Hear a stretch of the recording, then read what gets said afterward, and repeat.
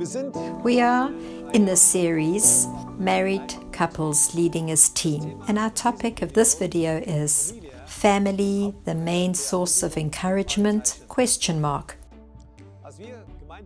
When we planted a church in South Africa, we weren't aware of how much that work would drain us and how much energy we would have to invest.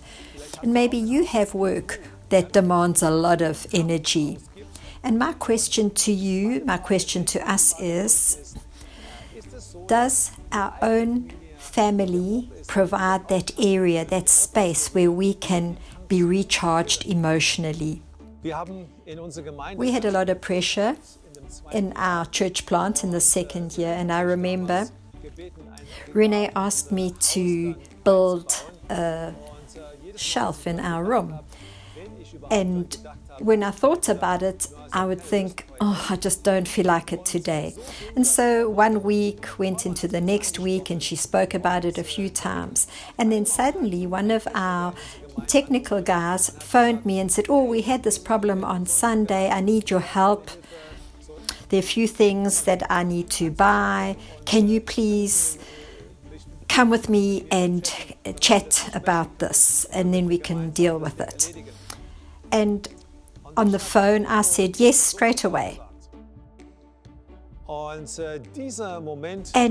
this moment I will never forget, because what had happened was it just released a negative reaction from my wife. She said, I've been waiting for weeks for you to build a shelf that I asked you to do it, and one person phones and you respond immediately.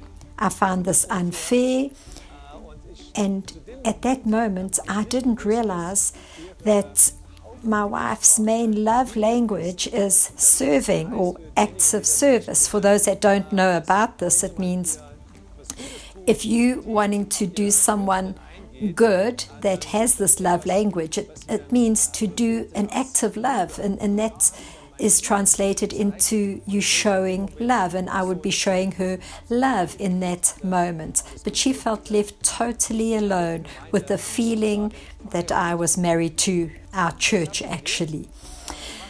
And so we had to talk about it and say, how should we do things differently? Because our home needs to be a source of encouragement, a home where when we come home, we can just have that emotional tank filled. We need to encourage each other and support each other emotionally. This is the main message of this video today. Ecclesiastes 4 verse 9 to 12, it says, two are better off than one, for they can help each other succeed. If one person falls, the other can reach out and help. But someone who falls alone is in real trouble.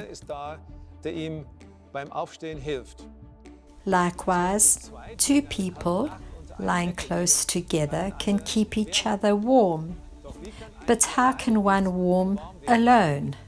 A person standing alone can be attacked and defeated, but two can stand back to back and conquer. Three are even better, for a triple braided cord is not easily broken. For me, this is a picture of what we want at home, that every time that we're together as a family, that in the emotional area that we are filled again. And to encourage each other emotionally and support each other emotionally, I found a point that is very important, and that is that we know and understand the needs of each other. I can only be an encouragement at home and be that encouragement that is needed when I know what motivates my wife and what helps her. As I said, acts of service, serving, is a love language of hers. And secondly, what is important is that we deal with every kind of conflict. And as people, we sometimes hope the conflict will just disappear. But mostly we just sweeping this conflict under the carpet, and it comes back at us. But if we want to have this source of encouragement at home, we need to work on the things that we don't gather a list of conflicts. We need to deal with them daily, that they disappear, that every day that we can live in freedom and encouragement with each other. What was always important for me as well is that we have that point daily where we come together. And for my wife, this was a very high value as well, that once a day we would eat together. On weekends it was much easier, but during the week it was a bit more difficult. But she would discuss this with the children and find out when it would be possible for us to, for example, maybe have dinner together that night. And then every day we would take that moment, plan that time, and it was always a wonderful time also to hear from each other. What have we done during the day? What have we all experienced? It was a moment where we could communicate, and I always found that so encouraging to eat together, and it was always something special. I find it's also very important how we speak to each other. What tone do we use? Find it's totally unnecessary to scream and shout, to use words that don't build up but break down. We can say something, the truth, but in love, and it can be accepted well. And that is always important for me. Das war immer wichtig für mich. And then another point is that when we want home to be a source of encouragement, then we need to have a culture of praise and honor in the family. That means when someone in the family has done something really well and it's a surprise and it's been great, then we need to be able to express that is great, not, oh, well, it's all great, we don't need to speak about it.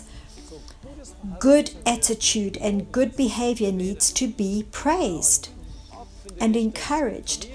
And often it's like when things are negative in a family, they address those things. And when things are going well, there isn't that encouragement. And so it's not strengthened. And I want to encourage my family. I want to encourage my children. And that way I am influencing the atmosphere. I want my home to be an atmosphere of encouragement. And so some questions for the coming week. I think it's logical, but to ask, is your home a source of encouragement and a place where you can recharge emotionally? Secondly, is your speech respectful and encouraging? And thirdly, if this isn't the case, and you need to deal with this and work on it, what will you do to make this better? Your home is precious. It's a place in this world where you can receive encouragement and where you can give encouragement. Make sure that you do this well. It'll do your family so much good.